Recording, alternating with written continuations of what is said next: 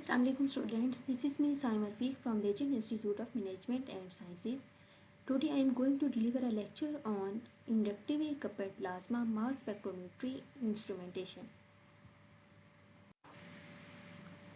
Inductively coupled plasma को हम detail से डिस्कस कर चुके थे। उसके बाद इंडक्टिवली कपल्ड प्लाज्मा है वो कपल्ड है मास स्पेक्ट्रोमेट्री से, लेकिन जो सोर्स है जिससे वो कपल्ड है उसे हम इंटरफेस बोलते हैं और इंटरफेस को भी हमने डिस्कस कर लिया था। अब मास स्पेक्ट्रोमेट्री की हम डिटेल डिस्कस करने जा रहे हैं। Mass spectrometry measures the mass to charge ratio of ions to identify the quantify molecule in simple and complex mixture। अब वो मिक्सचर सिंपल भी हो सकते हैं, कम्प्लेक्स भी हो सकते हैं, क्योंकि मास स्पेक्ट्रोमेट्री जो है वो बायोलॉजिकल मालिक्यूल के लिए भी यूज़ होती है। Biological molecule for example serum में हम अगर प्रोटीन्स वगैरह को स्टडी करना चाह रहे हैं, ग्लाइकन्स को स्टडी करना चाह रहे हैं, तो जो MS है, MS is the best technique for the biological samples. और बायोलॉजिकल सैम्पल बहुत ज़्यादा कम्प्लेक्स सैम्पल्स होते हैं। कम्प्लेक्स मिक्सचर हों और चाहे वो सिंपल सैम्पल्स हों, उनको हम इजीली मास स्पेक्ट्रोमेट्री से मेजर कर सकते हैं। लेकिन मास स्पेक्ट्रोमेट्री किसको मेजर करेगी, वो आयंस को डिटरमाइन करने के लिए यूज़ होती है। कभी भी न्यूट्रल एटम को डिटरमाइन करने के लिए मास स्पेक्ट्रोमेट्री यूज़ नहीं होती। इसका मतलब है आयन प्रोड्यूस होंगे, इसका क्या कि मास तो उनका ऑटोमेटिकली ही होगा, लेकिन वो सिंगली चार्ज आयन है, डबल चार्ज हैं, उस पर क्या चार्ज होगा। मोस्टली तो ये है कि हमारी कोशिश होती है कि सिंगल चार्ज आयन ही हम डिटेक्ट करें, लेकिन मल्टीपल आयन भी प्रोड्यूस हो सकते हैं आयनाइजेशन सोर्स से, तो उनको भी डिटेक्ट कर सकते हैं मास स्पेक्ट्रोमेट्री से। तो इसका मतलब है कि यहाँ हम मास टू चार्ज रेशियो अगर फाइंड कर लें और उससे फिर आगे हम ये देखेंगे कि उसकी अबंडेंस इंटेंसिटी कितनी है, तो हम सैंपल में एलिमेंट को डिटेक्ट कर सकते हैं। अब ये है कि सिंपल सैंपल को भी यूज़ कर सकते हैं, कम्प्लेक्स को भी। तो किस केस में सिंपल यूज़ करेंगे, किस केस में कम्प्लेक्स। अगर फॉर एग्जांपल हमें कम्प्लेक्स मिक्सचर में एलिमेंट को डिटेक्ट करना है, फॉर एग्जांपल कोई बायोलॉजिकल सैंपल है, फॉर एग्जांपल सीरम को स्टडी करना है, तो उस केस में हम मास स्पेक्ट्रोमेट्री की क्या मॉडिफिकेशन लाएंगे कि हम जो कम्प्लेक्स सैंपल है हमारे पास, सीरम भी है, तो उसको भी स्टडी करें। तो वो भी हम आज के लेक्चर में स्टडी करेंगे। Mass spectrometry has become important assess a broad range of field including proteomic। Proteomic एक बहुत ज़्यादा कम्प्लेक्स फील्ड है। प्रोटियोमिक क्यों फील्ड है, क्योंकि जो प्रोटियोम हैं उनकी एक फिक्स जो एक स्ट्रक्चर होता है वो नहीं होता। प्रोटीन्स हैं तो आपने ये पढ़ा होगा कि प्रोटीन डिफरेंट अमाइनो एसिड से मिलकर बनती हैं। अब वो अमाइनो एसिड का जो सीक्वेंस है वो टाइम टू टाइम वेरी हो सकता है। वो ये हो सकता है कि अगर फॉर एग्जांपल वो एन टर्मिनल से अटैच हो सकते हैं, सी टर्मिनल से अटैच हो सकते हैं, और उसमें जो मॉडिफिकेशन है, डाइवर्सिटी है प्रोटीन के केस में, वो बहुत ज़्यादा है। क्योंकि अभी हमारा पर्पस प्रोटियोम को स्टडी करना नहीं है, लेकिन मैंने आपको बता दिया कि प्रोटियोम की जो डाइवर्सिटी है और इसमें जो हेट्रोजेनिटी है वो बहुत ज़्यादा है। लेकिन इसके बावजूद जो मास स्पेक्ट्रोमेट्री है वो उसको स्टडी करने में यूज़फुल है। Mass spectrometry is a sensitive technique use to detect quantify molecule based on their mass and charge value. Sensitive technique इसलिए है क्योंकि फॉर एग्जांपल अगर सेप्टोमोल में भी कोई कंसनट्रेशन प्रेजेंट है, तो सेप्टो मतलब 10⁻⁻21, तो मास स्पेक्ट्रोमेट्री से हम सैंपल के अंदर इतनी कम कंसनट्रेशन में भी कोई एलिमेंट प्रेजेंट है तो उसको भी हम फाइंड कर सकते हैं। Mass spectrometry was first used in the biological science to trace heavy isotope through the biological sample. Actual में जो मास स्पेक्ट्रोमेट्री है वो सिंपल जो कंपाउंड्स थे, ऑर्गेनिक कंपाउंड्स के लिए, तो उनके लिए तो बाकी टेक्निक्स भी थी। जो पर्पस था मास स्पेक्ट्रोमेट्री का, असल में जो बायोलॉजिकल साइंस है उसके लिए मास स्पेक्ट्रोमेट्री को यूज़ किया जब आइसोटोप्स को हम फाइंड करना चाह रहे थे बायोलॉजिकल सैंपल में। क्योंकि बायोलॉजिकल सैंपल में जो ट्रेस हैवी आइसोटोप्स होती हैं वो बहुत ज़्यादा हार्मफुल होते हैं, तो उनको डिटेक्ट करना बहुत नेसेसरी है। उनको स्टडी हम नहीं कर सकते थे क्योंकि बायोलॉजिकल सैंपल बहुत ज़्यादा कम्प्लेक्स हैं, और वो जो ट्रेस हैवी मेटल्स हैं या बायोमार्कर को हम स्टडी करना चाहें, बायोमार्कर मोस्टली डिजीज़ के केस में, जैसे कैंसर के केस में डिफरेंट बायोमार्कर होते हैं और वो इतनी लेस कंसनट्रेशन में होती हैं कि सम टाइम तो इसलिए ये रीज़न होती है कि हम बायोमार्कर फाइंड नहीं कर सकते कि वो बायोलॉजिकल सैंपल के कंपैरिजन में बहुत ज़्यादा लेस कंसनट्रेशन में होते हैं। लेकिन जो मास स्पेक्ट्रोमेट्री है वो यूज़फुल है इतनी कम कंसनट्रेशन में भी, अगर कोई एलिमेंट प्रेजेंट है तो उसे डिटेक्ट कर लेता है। Later on mass spectrometry was use to sequence the oligonucleotides and peptides, analyse the nucleotide structure. बाद में न्यूक्लियोटाइड्स के लिए, पेप्टाइड्स के लिए, ओलिगोसेक्राइड्स के लिए, ओलिगोन्यूक्लियोटाइड्स के लिए, ग्लाइकन्स के लिए भी हमने मास स्पेक्ट्रोमेट्री को यूज़ किया। जो बेसिक कंपोनेंट है मास स्पेक्ट्रोमेट्री के, वो ये है कि जो भी सैंपल है वो इनलेट से गुजार देंगे।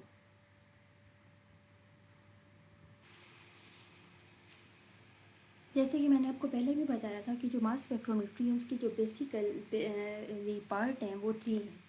फर्स्ट पार्ट में हम आयंस को प्रोड्यूस करते हैं, जिसे हम ये कहते हैं कि डिफरेंट आयन सोर्स हम यूज़ करते हैं जो कि आयंस की प्रोडक्शन में हेल्पफुल होते हैं। उसके बाद जो आयन प्रोड्यूस होते हैं उनको हम ट्रांसफ़र करते हैं किसी एनालाइज़र में, क्योंकि आयन है तो डिफरेंट उनकी मास टू चार्ज वैल्यू होगी। अब मास टू चार्ज वैल्यू किसी आयन्स की कम होगी, किसी की ज़्यादा होगी, तो डिफरेंट एनालाइजर्स यूज़ करते हैं जो कि M/C की बेस पे उन आयन्स को सेपरेट कर देते हैं। सेपरेट करने का ये मतलब है कि उसी स्पीड से, फॉर एग्जांपल जो less mass to charge value रखते हैं उनकी जो स्पीड है वो ज़्यादा होगी, तो सम टाइम हम स्पीड की बेस पे भी सेपरेट करते हैं। क्वार्टों को डिफरेंट एनालाइजर हैं जिनकी डिटेल हम डिस्कस करेंगे, लेकिन ये है कि वो जो मास टू चार्ज वैल्यू की बेस पे डिफरेंट आयन प्रोड्यूस हुए हैं उन्हें हम अगर फॉर एग्जांपल स्पीड की बेस पे सेपरेट करना चाहें तो वो जो लेस मास वाला आयन होगा वो पहले पास आउट हो जाएगा मास एनालाइजर से और वो डिटेक्टर पे पहुंच जाएगा और डिटेक्टर उन्हें डिटेक्ट कर लेगा, और वो जो डिटेक्टर डिटेक्ट करेगा वो डिटेक्टर पे हमें पीक्स की फॉर्म में जो एलिमेंट हैं उनकी इंटेंसिटी और किस किस M/C वैल्यू पे वो अपेयर हो रहे हैं वो हमें विजिबल होगा। मास spectrometer is composed of 5 essential part.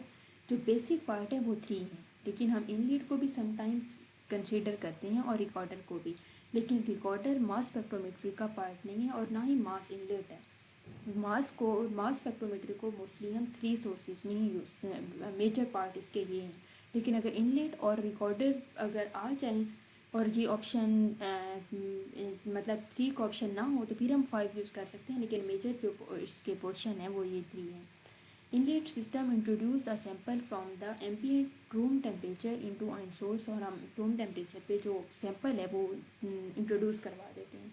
उसके बाद आयन सोर्स है जो कन्वर्ट कर देता है मॉलिक्यूल्स को आयन में। Mass analyser separate ion according to their masses.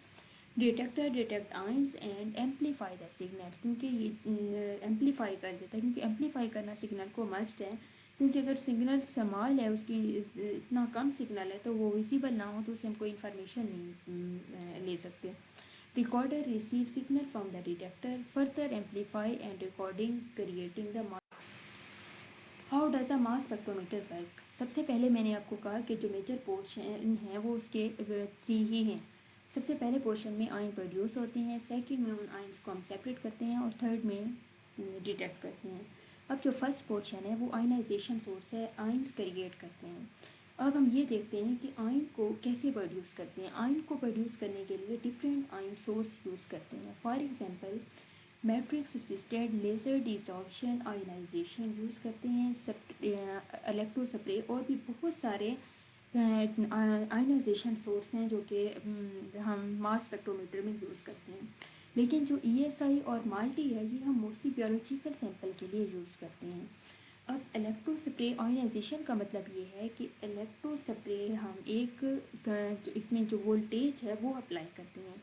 एक कैपिलरी होती है, बहुत फाइन कैपिलरी को हम वोल्टेज 50 किलोवोल्ट तक जो करंट है वो हम अप्लाई करते हैं, और वो जो आयंस हैं उनकी इतनी फाइन ड्रॉपलेट्स या स्प्रे प्रोड्यूस हो जाती है, और वो जो मॉलिक्यूल्स हैं जब उस कैपिलरी से गुजरते हैं तो वो इतनी वीक और इतनी ज़्यादा, जब हाई वोल्टेज उसमें से मॉलिक्यूल्स और एटम से गुजरते हैं इतनी हाई वोल्टेज और इतनी फाइन कैपिलरी से, तो वो आयंस में कन्वर्ट हो जाते हैं। और ये होता है कि वो जो आयन है वो ये हो सकता है कि एक इलेक्ट्रॉन उसमें से रिमूव हो और 2 इलेक्ट्रॉन, मतलब मोनो एटॉमिक आयन, मतलब उस पर +1 चार्ज, +2 +3 +4, इवन के मल्टीपल चार्ज जो है चांस होता है, क्योंकि इतनी ज़्यादा हाई वोल्टेज होती है कि ये भी चांस है कि एक एटम में से एक इलेक्ट्रॉन रिमूव हो, 2 हो, 3 हो या 4 हो। मतलब मल्टीपल आयन जो हैं वो इलेक्ट्रोस्प्रे आयनाइजेशन में प्रोड्यूस होते हैं और इनको टैकल करना बहुत डिफ़िकल्ट है, इसलिए इलेक्ट्रोस्प्रे आयनाइजेशन भी हम मोस्टली यूज़ नहीं करते। Matrix assisted laser desorption ionisation की डिटेल हम आगे डिस्कस करेंगे, लेकिन फ़िलहाल मैं आपको ये बता दूँ कि ये सॉफ्ट आयनाइजेशन टेक्निक है। हार्ड आयनाइजेशन टेक्निक्स होती हैं और soft ionization techniques. Hard ionization का मतलब ये है कि वो जो आयन्स प्रोड्यूस हुए हैं उसके इतने ज़्यादा फ्रेगमेंट बन जाएं, अगर फॉर एग्जांपल ऑर्गेनिक कंपाउंड है, ऑर्गेनिक कंपाउंड में तो अगर फ्रेगमेंट बन भी जाएंगे, फॉर एग्जांपल फ्रेगमेंट बने हैं तो हम उन फ्रेगमेंट्स को जोड़ के तो ऑर्गेनिक कंपाउंड हम बना सकते हैं। जैसे ऑर्गेनिक केमिस्ट्री में आप लोगों ने पढ़ा होगा स्पेक्ट्रोस्कोपी में जब इंटरप्रेट करते हैं स्पेक्ट्रम को। लेकिन अगर प्रोटीन्स के केस में और बायोलॉजिकल सैंपल के केस में देखें तो वो तो ऑलरेडी ही थाउजेंड्स डाल्टन के केस में उनके मास होते हैं, और अगर उनके फ्रेगमेंट प्रोड्यूस हो जाएं तो ये इम्पॉसिबल है कि उन फ्रेगमेंट्स को जोड़ के हम ये स्टडी कर लें या हम ये कह दें कि ये एलिमेंट प्रेजेंट था, क्योंकि मास स्पेक्ट्रोमेट्री में तो वो फ्रेगमेंट ही आएंगे ना, वो आइंस, उनसे फिर हम कंबाइन करके एक स्पेक्ट्रम प्रोड्यूस करेंगे, सॉरी ये डिटेक्ट करेंगे कि एलिमेंट या कंपाउंड्स ओवरऑल कौन सा था। अब माल्टी में फिर बायोलॉजिकल सैंपल के केस में हम ऐसा क्या करें, तो बायोलॉजिकल सैंपल के केस में हम माल्टी यूज़ करते हैं, उसमें हम मैट्रिक्स यूज़ करते हैं। मैट्रिक्स जो होता है वो ज़्यादा से ज़्यादा एनर्जी को ऑब्जॉर्व कर लेते हैं, क्योंकि ज़्यादा एनर्जी की वजह से मल्टीपल चार्ज प्रोड्यूस होते हैं ना, तो मैक्सिमम जो एनर्जी है वो मैट्रिक्स अब्जॉर्ब कर लेने के बाद जो थोड़ी बहुत एनर्जी है वो डिसॉल्व करता है। डिसॉल्व का मतलब ये है कि एक कोई भी सरफेस है जिसने एनर्जी को अब्जॉर्ब किया हुआ है और उस अब्जॉर्ब एनर्जी का कुछ पोर्शन वो आगे ट्रांसफ़र कर रही है, तो उससे हम ये कहते हैं कि ये डिसॉल्व कर रही है।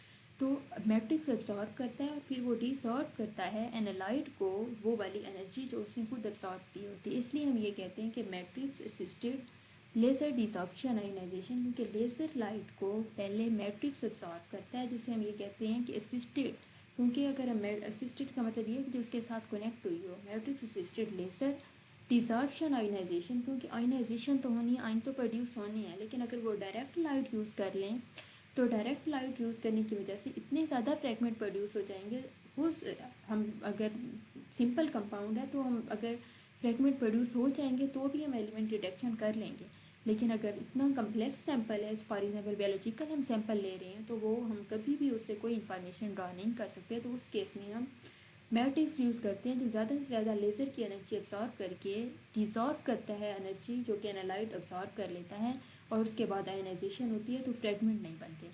अब जो भी आयन हैं जैसे भी प्रोड्यूस हुए हैं उनको सेपरेट करना है, हम ये कर सकते हैं कि मल्टी टॉफ, टॉफ का मतलब होता है टाइम ऑफ लाइट।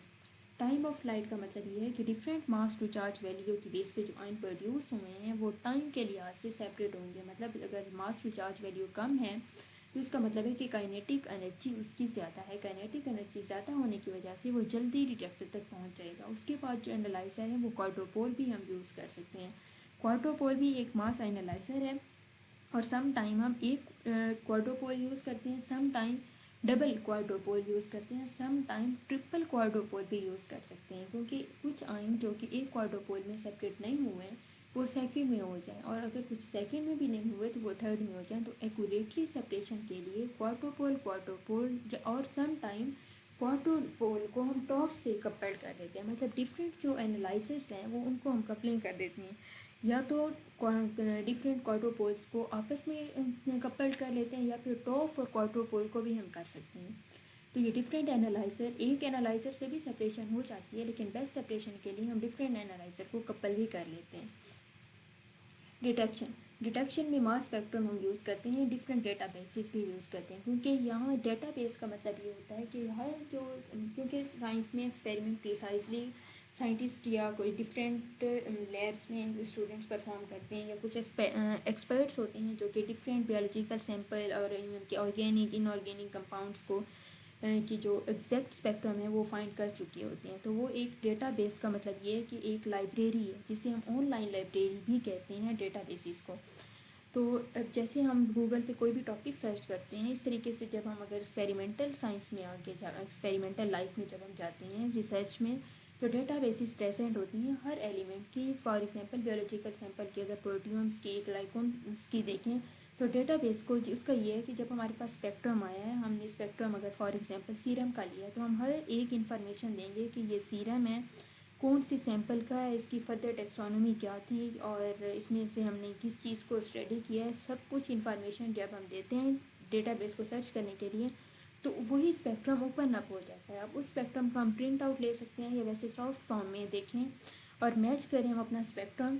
और अगर हम ये देखें कि बिल्कुल अगर एग्जैक्ट मैच हो जाता है किसी भी, क्योंकि डिफरेंट जो अगर ओपन अप हो जाते हैं स्पेक्ट्रम 2-3 अगर ओपन अप हो गए हैं तो उस सबको मैच करेंगे और हम देखेंगे कि हमारा स्पेक्ट्रम किस डेटाबेस से मिल रहा है। तो फिर हम ये कह देते हैं कि वो जो डेटाबेस में स्पेक्ट्रम दिया हुआ है, फॉर एग्जांपल वो फास्फोप्रोटीन का था या किसी ऑर्गेनिक कंपाउंड का था, तो हम ये कह देते हैं कि इसी डेटाबेस से तो हमारा स्पेक्ट्रम भी मिला है। तो हम ये रिज्यूम कर लेते हैं या हम कहते हैं कि हमारा भी यही वाला एलिमेंट प्रेजेंट है अगर अननोन सैंपल हो। तो डेटाबेसिस से हम इजीली स्पेक्ट्रम को इंटरप्रेट कर देते हैं, क्योंकि वैसे स्पेक्ट्रम को इंडिविजुअली इंटरप्रेट करना बहुत डिफ़िकल्ट है। उसके भी डिफरेंट मेथड होते हैं जो कि हम हर चीज़ पैरामीटर आइसोटोप्स को देखें, आइसोबार्स को देखें, ये देखें कि कोई आयंस की पीक तो नहीं आई और डिसॉल्टिंग हमने सैंपल की है ये नहीं, ये डिफरेंट पैरामीटर्स होते हैं। तो ये बहुत वास्ट है, मास स्पेक्ट्रोमेट्री से जितना भी स्टडी करें वो इसकी कोई लिमिट नहीं है। लेकिन अब प्रिसाइजली मैं आपको इन्फॉर्मेशन मास स्पेक्ट्रोमेट्री के दे रही हूँ कि डेटाबेसेस से हम इजीली इंटरप्रेट कर सकते हैं स्पेक्ट्रम को। मास स्पेक्ट्रोमेट्री ये मैं आपको बता चुकी हूँ। Different measure the time required for the आइन time of light down the length of a chamber often combined with multi-top detection from multiple laser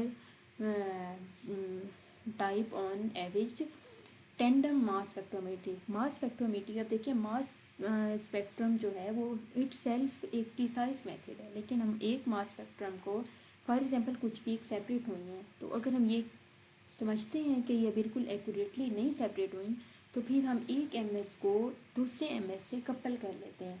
coupling का फिर वही है कि सिर्फ इंटरफेस क्रिएट करनी पड़ती है और जो दो एमएस हैं वो कपल्ड हो जाते हैं। फिर एक एमएस के जितने भी पीक्स हैं वो दूसरे एमएस में जाएंगी। अगर एक जो पीक है वो जम्बल्ड अप थी एक मास स्पेक्ट्रोमीटर के केस में, मतलब वो क्लियर उसकी पीक्स नहीं थी, तो जब वो दूसरे एमएस में जाएगी दूसरे मास स्पेक्ट्रोमीटर में तो वो बिल्कुल एक्यूरेटली सेपरेट हो जाएगी। तो इसे हम कहते हैं टेंडम एमएस कि जब हम एमएस को एमएस से ही कपल कर देते हैं।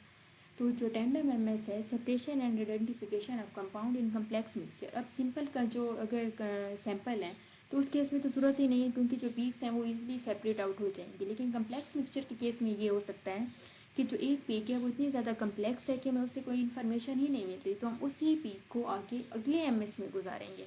तो ये जो कम्प्लेक्स मिक्सचर होते हैं उसके केस में हमें टेंडम एमएस की ज़रूरत होती है। अदरवाइज सिंपल के केस में हमें 1 MS is enough for the interpretation.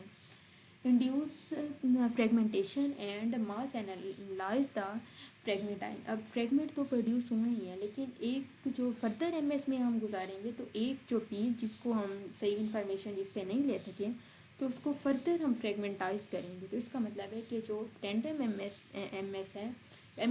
है उसमें फ्रेगमेंटेशन होना मस्ट है। हम ये कह सकते हैं कि टेंडम एमएस में फ्रेगमेंटेशन होती है।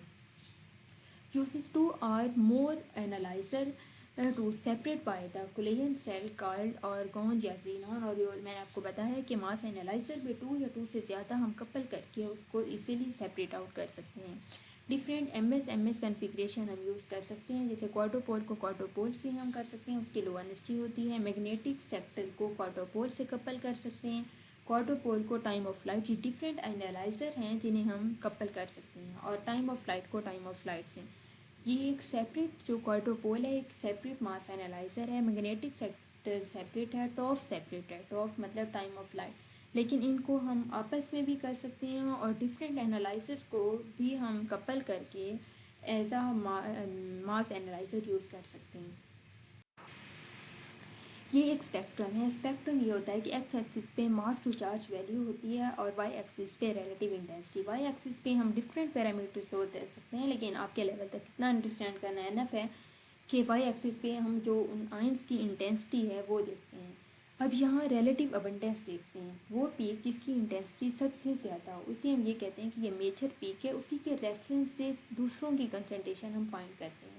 अब फॉर एग्जांपल ये जो मेजर पीक है इन्होंने लिया हुआ है कि रिलेटिव अबंडेंस इन्होंने यही कहा है कि इसके रेफरेंस से बाकी पीक की जो अबंडेंस है या इंटेंसिटी है हम वो फाइंड करेंगे। अब अगर इस पे कि हमें रिलेटिव अबंडेंस फाइंड ना हो लिटरेचर से, तो क्या हम दूसरों की कर सकेंगे? नेवर। तो इसलिए हम इसको ये नहीं कह सकते कि ये क्वांटिटेटिव टूल है। हाँ, सेमी क्वांटिटेटिव ज़रूर कह सकते हैं, या फिर ये कह सकते हैं कि क्वांटिटेटिव है ही नहीं, लेकिन ये नहीं कह सकते कि ये बिल्कुल क्वांटिटेटिव है। इसलिए हम जो मिडल वो पोर्शन, मतलब दरमियान का जो एक ऑप्शन है कि सेमी क्वांटिटेटिव कह दें, तो वो बेटर है कि या ना तो हम ये कहें कि क्वांटिटेटिव है और ना ही हम ये कहें कि ये क्वांटिटेटिव नहीं है। तो इस तरीके से मास टू चार्ज वैल्यू जो डिफरेंट आइंस बनते हैं वो तो पीक्स होती हैं। अब उनकी कितनी इंटेंसिटी है? इंटेंसिटी का मतलब ये है कि वो उसके एक, अगर फॉर एग्ज़ाम्पल एक पीक है, उस पीक का मतलब ये है, फॉर एग्ज़ाम्पल एक पीक अपेयर हो रही है 140 पे, और ये जो मेजर पीक है रिलेटिव अबंडेंस वो 120 पे अपेयर हो रही है। तो इसका मतलब है कि 120 की जो पीक है वो सबसे ज़्यादा है। तो इसका मतलब है कि जो डिफरेंट आइंस बने थे जिनका चार्ज 120 था, वो जो आइन है वो सबसे ज़्यादा थी। उसके बाद जो 140 वाली पीक है, उसका मतलब ये है, हम ये कह सकते हैं कि रिलेटिव इंटेंसिटी की अगर हम डेफिनेशन देखें तो ये कह सकते हैं कि नंबर ऑफ़ आइन ज़्यादा तो जो इंटेंसिटी है वो भी ज़्यादा, और नंबर ऑफ़ आइंस कम तो इंटेंसिटी भी कम। अब ये जो 40 पे एक पीक अपेयर हो रही है और एक 85 या 85 तक हम कह लें, या 90 पे अपेयर हो रही है, तो इसका क्या मतलब है कि इस 100 या फिर 95 का जो मास टू चार्ज वैल्यू वाला आइन था, वो उसके जो आइन थे वो कम बने हैं, इसलिए तो उसकी इंटेंसिटी इतनी 20 तक उसकी इंटेंसिटी है। और सबसे जो आइन ज़्यादा क्रिएट हुए हैं वो 120 जिनका मास था वो उनके आइन ज़्यादा। तो जो नंबर ऑफ़ आइंस हैं वो रिप्रेजेंट करते हैं इंटेंसिटी को। Are protein are sort based on the mass to charge ratio, और हर प्रोटीन को हम मास टू चार्ज वैल्यू की बेस पे सेपरेट कर देते हैं। जो प्रोटीन्स हैं इनके तो मास बहुत ज़्यादा होते हैं, और फिर रिलेटिव अबंडेंस की बेस पे हम देखते हैं कि कौन कौन से मास टू चार्ज वैल्यू वाला जो प्रोटीन है उसकी इंटेंसिटी कितनी है। Molecular weight divided by its charge to protein, और फिर मास टू चार्ज वैल्यू पे यही करते हैं कि जो उसका वेट होता है उसको चार्ज पे डिवाइड करके उसकी वैल्यू निकाल देते हैं m/c value. Inductively coupled plasma को हम डिटेल से डिस्कस कर चुके थे। उसके बाद इंडक्टिवली कपल्ड प्लाज्मा है वो कपल्ड है मास स्पेक्ट्रोमेट्री से, लेकिन जो सोर्स है जिससे वो कपल्ड है उसे हम इंटरफेस बोलते हैं, और इंटरफेस को भी हमने डिस्कस कर लिया था। अब मास स्पेक्ट्रोमेट्री की हम डिटेल डिस्कस करने जा रहे हैं। Mass spectrometry measure the mass to charge ratio of ions to identify the quantify molecule in simple and complex mixture. अब वो मिक्सचर सिंपल भी हो सकते हैं, कम्प्लेक्स भी हो सकते हैं, क्योंकि मास स्पेक्ट्रोमेट्री जो है वो बायोलॉजिकल मॉलिक्यूल के लिए भी यूज़ होती है। Biological molecule for example serum में हम अगर प्रोटीन्स वगैरह को स्टडी करना चाह रहे हैं, ग्लाइकन्स को स्टडी करना चाह रहे हैं, तो जो MS है, MS is the best technique for the biological samples. और बायोलॉजिकल सैम्पल बहुत ज़्यादा कम्प्लेक्स सैम्पल्स होते हैं। कम्प्लेक्स मिक्सचर हों और चाहे वो सिंपल सैम्पल्स हों, उनको हम इजीली मास स्पेक्ट्रोमेट्री से मेजर कर सकते हैं। लेकिन मास स्पेक्ट्रोमेट्री क्या किसको मेजर करेगी? वो आइंस को डिटरमाइन करने के लिए यूज़ होती है। कभी भी न्यूट्रल एटम को डिटरमाइन करने के लिए मास स्पेक्ट्रोमेट्री यूज़ नहीं होती। इसका मतलब है आयन प्रोड्यूस होंगे, इसका क्या कि मास तो उनका ऑटोमेटिकली ही होगा, लेकिन वो सिंगली चार्ज आयन है, डबल चार्ज हैं, उस पर क्या चार्ज होगा? मोस्टली तो ये है कि हमारी कोशिश होती है कि सिंगल चार्ज आयन ही हम डिटेक्ट करें, लेकिन मल्टीपल आयन भी प्रोड्यूस हो सकते हैं आयनाइजेशन सोर्स से, तो उनको भी डिटेक्ट कर सकते हैं मास स्पेक्ट्रोमेट्री से। तो इसका मतलब है कि यहाँ हम मास टू चार्ज रेशो अगर फाइंड कर लें, और उससे फिर आगे हम ये देखेंगे कि उसकी अबंडेंस इंटेंसिटी कितनी है, तो हम सैंपल में एलिमेंट को डिटेक्ट कर सकते हैं। अब ये है कि सिंपल सैंपल को भी यूज़ कर सकते हैं, कम्प्लेक्स को भी। तो किस केस में सिंपल यूज़ करेंगे, किस केस में कम्प्लेक्स? अगर फॉर एग्जांपल हमें कम्प्लेक्स मिक्सचर में एलिमेंट को डिटेक्ट करना है, फॉर एग्जांपल कोई बायोलॉजिकल सैंपल है, फॉर एग्जांपल सीरम को स्टडी करना है, तो उस केस में जो बेसिक कंपोनेंट है मास स्पेक्ट्रोमेट्री के, वो ये है कि जो भी सैंपल है वो इनलेट से गुजार देंगे।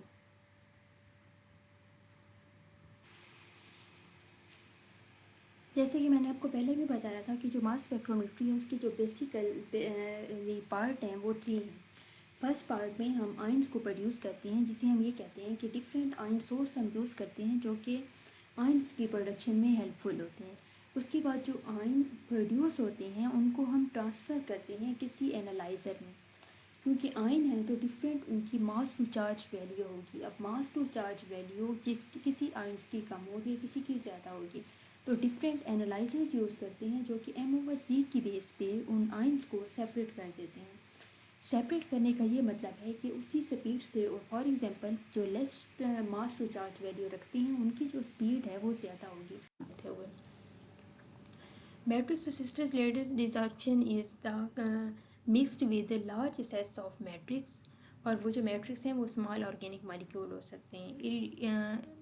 irradiated with short pulse of laser light, wavelength of the laser is same as absorbance maximum of the matrix, क्योंकि हम मैट्रिक्स को डायरेक्ट यूज़ कर रहे हैं लेज़र की अब्जॉर्बशन के लिए, तो जिस तरह की वेवलेंथ मैट्रिक्स अब्जॉर्ब कर सकता है उसी तरह की ही हम लेज़र की लाइट यूज़ करेंगे। Sample is ionized by bombarding sample with laser light. Sample is mixed with UV absorbent matrix. Light wavelength matches then absorbance maximum of the matrix, and matrix transfer some of its energy to analyte। जो मैं आपको इसकी detail पहले बता चुकी हूँ कि laser होगी, लेज़र लाइट मैट्रिक्स पे पड़ेगी। मैट्रिक्स में हमारा कोई एनालाइट नहीं होगा, वो सिर्फ इसलिए यूज़ कर रहे हैं कि जो हाई एनर्जी, जो भी एनर्जी है मैक्सिमम, वो मैट्रिक्स यूज़ कर ले। मैट्रिक्स के अंदर वो सारी एनर्जी आ जाएगी, मैट्रिक्स के नीचे होगा एनालाइट। वो जो एनर्जी मैट्रिक्स ने एब्जॉर्ब की है वो आहिस्ता आहिस्ता वही एनर्जी ट्रांसफ़र करेगा एनालाइट को। तो वो जो एनालाइट है वो डायरेक्ट फेस नहीं कर रहा लेज़र की हाई एनर्जी को, तो वो आहिस्ता आहिस्ता आयनाइज होगा और उसके जो फ्रेगमेंट है वो नहीं बनेंगे। लेकिन अगर हम मैट्रिक्स यूज़ ना करें तो वो इतनी ज़्यादा, जब हाई वेवलेंथ की लाइट या लेज़र की डायरेक्ट लाइट यूज़ करेगा को ऑब्जॉर्व करेगा एनालाइट, उसके इतने ज़्यादा फ्रेगमेंट बन जाएंगे तो हम उसके से कोई इन्फॉर्मेशन नहीं ड्रा कर सकते। तो मैट्रिक्स जो अपनी एनर्जी अब्जॉर्व कर चुका होता है वही ट्रांसफ़र करता है एनालाइट को। मास स्पेक्ट्रोमेट्री ये मैं आपको बता चुकी हूँ। Different measure the time required for the आइन time of light down the length of a chamber often combined with multi-top detection from multiple laser type on average tandem mass spectrometry. Mass spectrometry, अब देखिए mass spectrum जो है वो it self एक precise method है, लेकिन हम एक मास स्पेक्ट्रम को, फॉर एग्जांपल कुछ पीक सेपरेट हुई हैं, तो अगर हम ये समझते हैं कि ये बिल्कुल एक्यूरेटली नहीं सेपरेट हुई, तो फिर हम एक MS को दूसरे MS से कपल कर लेते हैं। कपलिंग का फिर वही है कि सिर्फ इंटरफेस क्रिएट करनी पड़ती है और जो दो MS हैं वो कपल्ड हो जाते हैं। फिर एक MS के जितने भी पीक्स हैं वो दूसरे MS में जाएंगी। अगर एक आइन एक जो पीक है वो जम्बल्ड अप थी एक मास स्पेक्ट्रोमीटर के केस में, मतलब वो क्लियर उसकी पीक्स नहीं थी, तो जब वो दूसरे MS में जाएगी दूसरे मास स्पेक्ट्रोमीटर में, तो वो बिल्कुल एक्यूरेटली सेपरेट हो जाएगी। तो इसे हम कहते हैं टेंडम MS कि जब हम MS को MS से ही कपल कर देते हैं।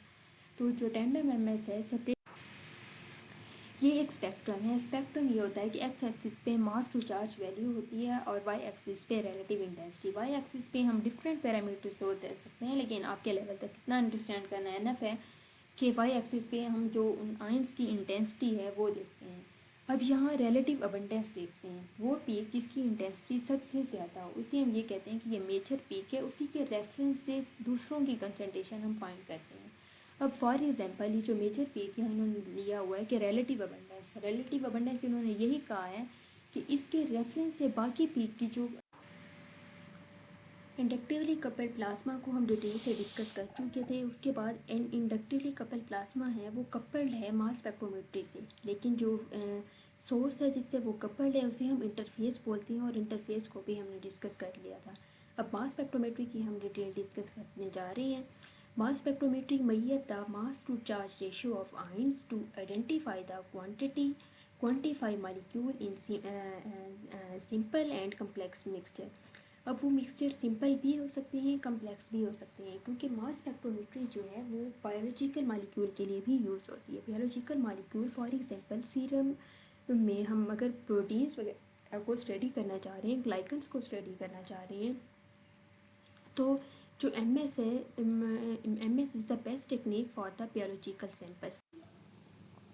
ये इंस्ट्रूमेंटेशन ओवरऑल ICP-MS की है, क्योंकि MS की भी अब हमने डिटेल वो कर लिया है कि किस तरीके से मास आयनाइजेशन सोर्स, उसके बाद फिर मास एनालाइज़र उन आइंस को सेपरेट करते हैं और डिटेक्टर फिर उन्हें डिटेक्ट कर लेता है।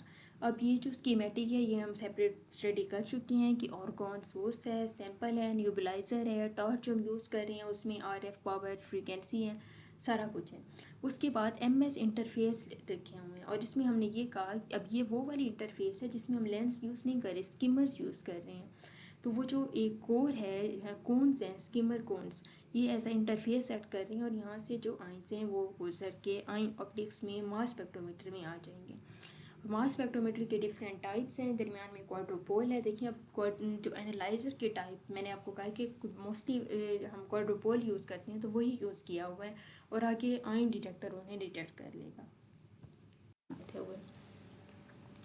Matrix assisted laser desorption is the mixed with a large sets of matrix, और वो जो मैट्रिक्स हैं वो स्मॉल ऑर्गेनिक मॉलिक्यूल हो सकते हैं। irradiated with short pulse of laser light, wavelength of the laser is same as absorbance maximum of the matrix, क्योंकि हम मैट्रिक्स को डायरेक्ट यूज़ कर रहे हैं लेज़र की अब्जॉर्प्शन के लिए, तो जिस तरह की वेवलेंथ मैट्रिक्स अब्जॉर्ब कर सकता है उसी तरह की ही हम लेज़र की लाइट यूज़ करेंगे। Sample is ionized by bombarding sample with laser light. Sample is mixed with UV absorbent matrix. Light wavelength matches then absorbance maximum of the matrix and matrix transfer some of its energy to analyte. जो मैं आपको इसकी detail पहले बता चुकी हूँ कि laser होगी, लेज़र लाइट मैट्रिक्स पे पड़ेगी, मैट्रिक्स में हमारा कोई एनालाइट नहीं होगा, वो सिर्फ इसलिए यूज़ कर रहे हैं कि जो हाई एनर्जी जो भी एनर्जी है मैक्सिमम वो मैट्रिक्स यूज़ कर ले, मैट्रिक्स के अंदर वो सारी एनर्जी आ जाएगी, मैट्रिक्स के नीचे होगा एनालाइट, वो जो एनर्जी मैट्रिक्स ने एब्जॉर्ब की है वो। मास स्पेक्ट्रोमेट्री ये मैं आपको बता चुकी हूँ। Different measure the time required for the आइन time of light down the length of a chamber often combined with multi-TOF detection from multiple laser type on average tandem mass spectrometry. Mass spectrometry अब देखिए mass spectrum जो है वो it self एक precise method है, लेकिन हम एक मास स्पेक्ट्रम को फॉर एग्जांपल कुछ पीक सेपरेट हुई हैं तो अगर हम ये समझते हैं कि ये बिल्कुल एक्यूरेटली नहीं सेपरेट हुई तो फिर हम ये एक स्पेक्ट्रम है। स्पेक्ट्रम ये होता है कि एक्स एक्सिस पे मास टू चार्ज वैल्यू होती है और वाई एक्सिस पे रिलेटिव इंटेंसिटी। वाई एक्सिस पे हम डिफरेंट पैरामीटर्स तो दे सकते हैं, लेकिन आपके लेवल तक कितना अंडरस्टैंड करना है इनफ है कि वाई एक्सिस पे हम जो उन आइंस की इंटेंसिटी है वो देखते हैं। अब यहाँ रिलेटिव अबंडेंस देखते हैं, वो पीक जिसकी इंटेंसिटी सबसे ज़्यादा हो उसे हम ये कहते हैं कि ये मेजर पीक है, उसी के रेफरेंस से दूसरों की कंसंट्रेशन हम फाइंड करते हैं। अब फॉर एग्जांपल ये जो मेजर पीक यहाँ इन्होंने लिया हुआ है कि रिलेटिव अबंडेंस इन्होंने यही कहा है कि इसके रेफरेंस से बाकी पीक की जो अबंडेंस है या इंटेंसिटी है हम वो फाइंड करेंगे। अब अगर इस पीक की हमें रिलेटिव अबंडेंस फाइंड ना हो लिटरेचर से तो क्या हम दूसरों की कर सकेंगे? नेवर। तो इसलिए हम इसको ये नहीं कह सकते कि ये क्वान्टिटेटिव टूल है। हाँ, सेमी क्वान्टिटेटिव ज़रूर कह सकते हैं या फिर ये कह सकते हैं कि क्वांटिटेटिव है ही नहीं, लेकिन ये नहीं कह सकते कि ये बिल्कुल क्वांटिटेटिव है। इसलिए हम जो मिडल वो पोर्शन मतलब दरमियान का जो एक ऑप्शन है कि सेमी क्वांटिटेटिव कह दें तो वो बेटर है कि या ना तो हम ये कहें कि क्वांटिटेटिव है और ना ही हम ये कहें कि ये क्वांटिटेटिव नहीं है। तो इस तरीके से मास टू चार्ज वैल्यू जो डिफरेंट आइंस बनते हैं वो तो पीक्स होती हैं। अब उनकी कितनी इंटेंसिटी है, इंटेंसिटी का मतलब ये है कि वो उसके एक अगर फॉर एग्ज़ाम्पल एक पीक है, उस पीक का मतलब ये है फॉर एग्जांपल एक पीक अपेयर हो रही है 140 पे और ये जो मेजर पीक है रिलेटिव अबंडेंस वो 120 पे अपेयर हो रही है, तो इसका मतलब है कि 120 की जो पीक है वो सबसे ज़्यादा है।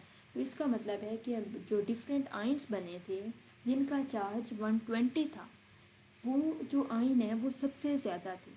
उसके बाद जो 140 वाली पीक है उसका मतलब ये है हम ये कह सकते हैं कि रिलेटिव इंटेंसिटी